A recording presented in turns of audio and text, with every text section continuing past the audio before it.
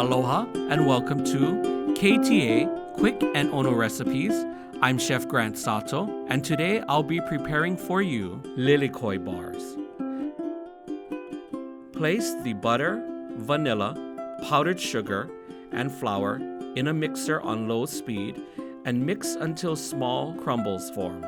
Press the dough into a parchment paper lined half-sheet pan and bake at 350 degrees for 20 minutes. While the crust bakes in the oven, combine the eggs, sugar, Lilikoi puree, salt, and baking powder in a bowl and mix until smooth and frothy.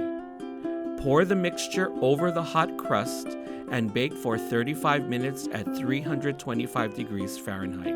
Chill, cut, and serve top with powdered sugar or with whipped cream and berries. For this recipe and more, please visit ktasuperstores.com/recipes.